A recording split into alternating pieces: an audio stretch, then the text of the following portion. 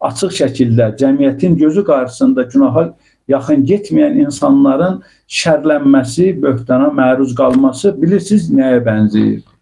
Bilmirsiniz. Bəlkə də bilirsiniz, deyə bilmirsiniz.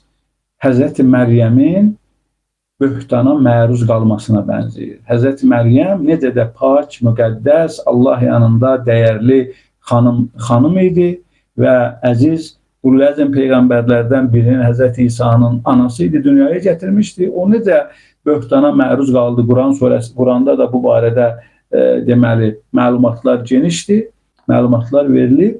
O necə böhtana məruz qaldı? Allah orada onun əlaqədar böhtan mövzusunu açıqlayır, böhtanın izah edir mənasını. Bugün Faiq Vəlizadənin, Sərdarın, Şeyx Sərdarın və digər günahsız həbs olunan ruhanilərin həbs olunması, şərlənməsi, böhtana məruz qalması da həmən Həzrət Məryəmin böhtana məruz qalmasının bir kiçik nümunəsidir.